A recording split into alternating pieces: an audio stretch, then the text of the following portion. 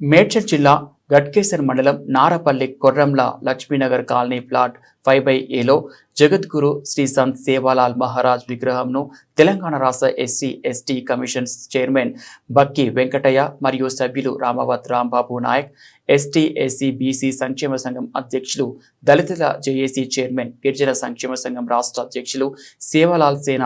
రాష్ట్ర నాయకులు, intellectual forum నాయకులు, తెలంగాణ మహిళా నాయకురాలు చేతుల మీదుగా ఆవిష్కరణ చేసుకోవడం జరిగింది. అయితే లక్ష్మీనగర్ కాలనీలో కొంతమంది కుట్రదారులు మా ఆరాధ దైవం విగ్రహంపై అసభ్య పదజాలంతో సేవాలాల్ మహారాజ్ విగ్రహం ఎందుకు పెట్టాలి, విగ్రహాన్ని ఇంటిని పగలగొట్టి పడేద్దాము అని తప్పుడుగా మాట్లాడుతూ ఈ కార్యక్రమంలో గిరిజన సంక్షేమ సంఘం రాష్ట్ర అధ్యక్షులు రాజు నాయక్, రాష్ట్ర కోఆర్డినేటర్ బానోత్ సురేష్ నాయక్, శ్రీను రాథోడ్, బానోత్ బుజ్జి, నీలా సాలమ్మ, మునిక తదితరులు పాల్గొన్నారు.